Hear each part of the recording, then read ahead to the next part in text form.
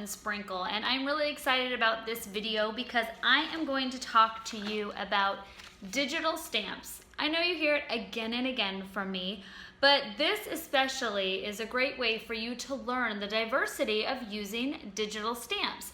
As you can see, this is the stamp here, the stamp set, here and here, the rubber stamp set, and these are those same images as a digital form. So what I was able to do was I was to take that image and blow it up, and I was able to layer it. So here I was able to add the two stamps together. I used the pre-colored version, and I was able to have fun with layering them without needing to mask my stamps. So a really fun technique using, and look at how big that is compared to the actual stamp design. So you can also, with doing borders, I could have extended this, overlapped them. So the possibilities are endless. So that is one thing that we're gonna cover in this video. The second one is digital papers. Look at how beautiful that is. And a couple of our designers actually used them, were able to get them to me in time for this video. Isn't that gorgeous? So here you have two of the digital papers on this card. And then here's another one using one of the Digi Papers as well. So once again, with the digital papers, you have the option. So here you can see the size difference. This is a very big watercolor look here. And then what our designer did was she actually shrunk the paper, which really intensified the watercolor look on that card. And all of the cards that I show you from our designers are available on our blog, where our designers link their blogs to our blogs, and then you have the full instructions. So make sure you check that out, support them. They do a fantastic job. And then last but not least, I am going to show you the technique I'm going to show you is this really cool cracked glass technique. And I've been wanting to show you this for quite some time, but it just so happened with this month, a couple of our designers submitted something with this same technique.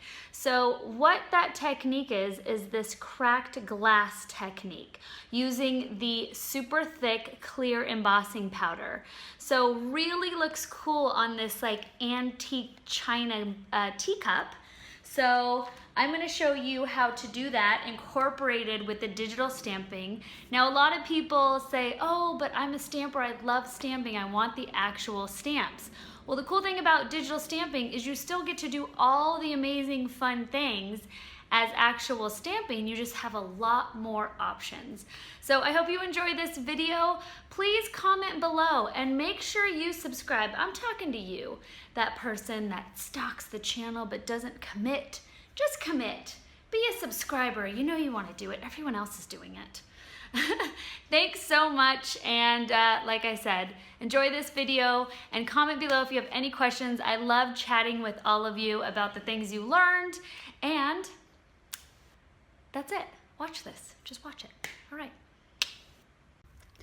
All right, so I am going to start by, basically I'm going to break down a lot of these different techniques that our designers have used this month with these two incredible stamp sets. So that's the teacup pansies and the pansies. So really beautiful, and like I talked about using the digital stamps. Now a great thing about Sparkle and Sprinkle's digital stamps right now is you also get the cut files. So if you have an electronic cutting machine, you can do your little bleep, bloop, bloop, bloop magic, and there you go. So a very cool thing about your digital stamps is you can really manipulate and play and do a lot of the hard work on your computer. So as you can see, the difference between, here's the actual stamp set, which is much smaller than these two enlarged ones that I've done. So I went ahead and enlarged it to the size I want, and we are going to be working on this teacup technique, and I'm going to show you how to do that really cool crackle effect. So I went ahead and enlarged it larger than the actual stamp set, and since it's already pre-colored, I could spend some extra time doing things I don't normally do, such as cut things out with scissors, like stamps. So to fussy cut this, now instead of trying to get in there, a little trick I have is I just cut through things. So for instance, when I go to cut my teacup out, I am just going to cut the end of the handle out instead of trying to get into the center. So I went ahead and cut these out, and what I do is I print them out, and then when I have to go and do something like sit at a hockey practice, I take my little baggie with me and I just sit and cut and watch hockey, of course. All right, so I'm going to take my pre-cut out teapot, and I just went and cut straight through the image here where it has the leaves and the actual pansy, because I added another layer to cover that up, as you can see here. So I just stuck that right over those pieces, so then it adds more of like a 3D effect. So you don't have to worry about cutting all the tiny little bits out like that. I just cut straight through. All right, so I am going to take my cardstock, and I'm going to take my VersaMark and just go right over that.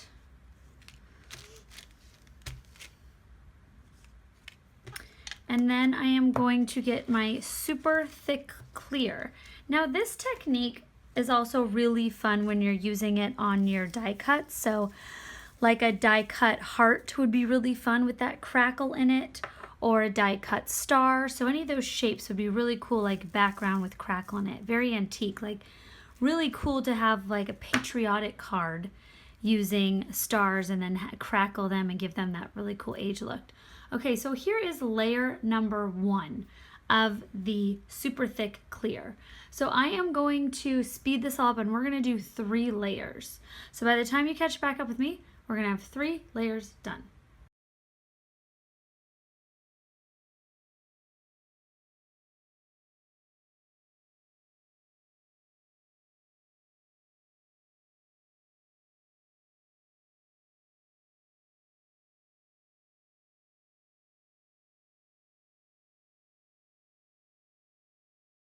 And there you have it, your 3 layers of super thick clear. Now I'm not sure you can see as well as I can how really beautiful, and it actually looks like glass at this point. It's got this really beautiful shine to it. I've got a little bit of the super thick pieces that aren't dried, that aren't melted. Now what you're going to want to do at this point is put it in the freezer. So instead of me getting up and doing that, I brought a little ice pack over with me. So I'm going to fold it inside of an ice pack and let that cool so it cracks really easily. While that is cooling, I'm going to show you another really simple technique with your digital stamps. So we're going to get rid of our super thick clear.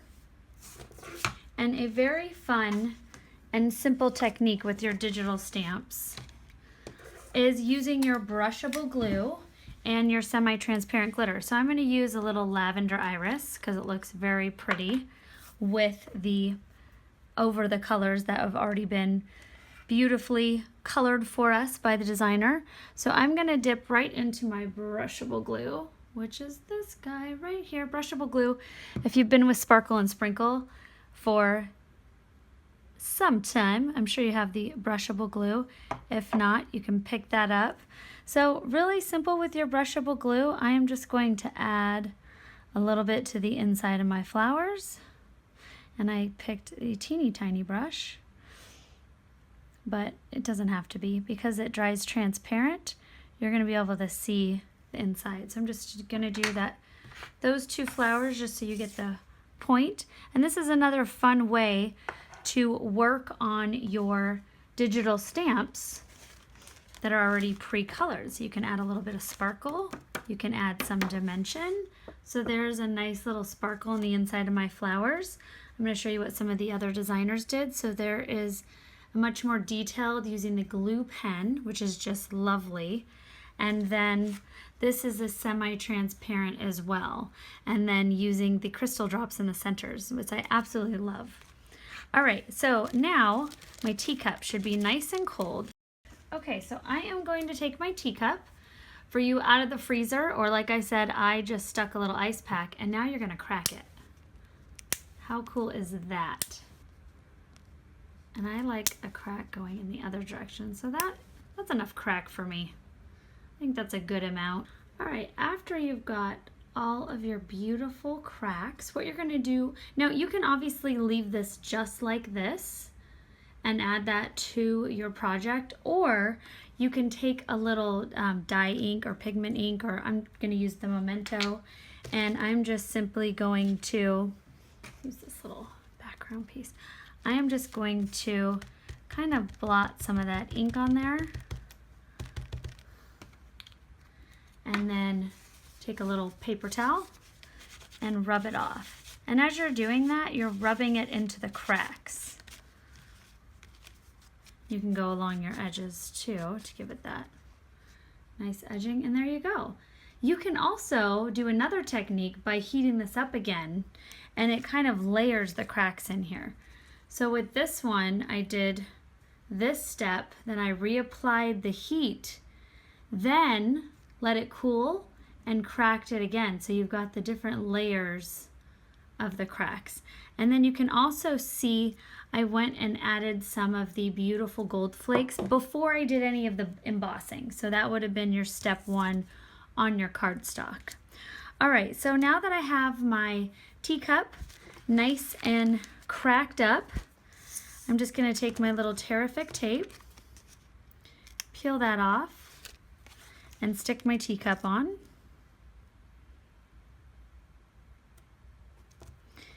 And then, like I said, you can cut out this flower. So I went ahead and printed this image 4 times when I laid it out.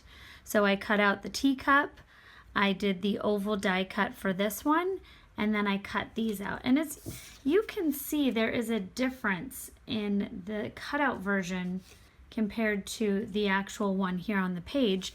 And what I did to achieve that is I simply took my VersaMarker. So here's a bunch of little cutout pansies that I have ready for my next project. And I just went over it with the VersaMarker.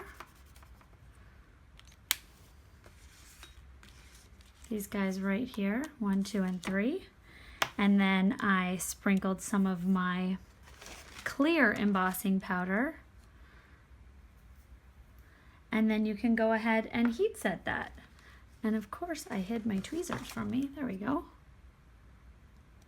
So go ahead and heat set, and that is a great way to emboss your digital stamps. So you know, a lot of people say that they like embossing. Well, you can still emboss and use digital stamp images. So see the difference there between the gloss and the flat finish. So really cool. And then I also want to show you all a few of the digital papers from this collection. These are really fun. I look forward to working with these more in the future. There are 12 in this collection. Here are a few that I printed out. Now, something amazing about digital paper, like I said in the beginning, you can size it. So you can really pull in on a piece of paper and shrink it up and make the color more intense. So a really good example is seeing the watercolor here, and then you could see how tight it all ends up there. A lot of fun different looks from all of our designers, so make sure you check out their blogs. Thank you guys so much, and I look forward to next week's video.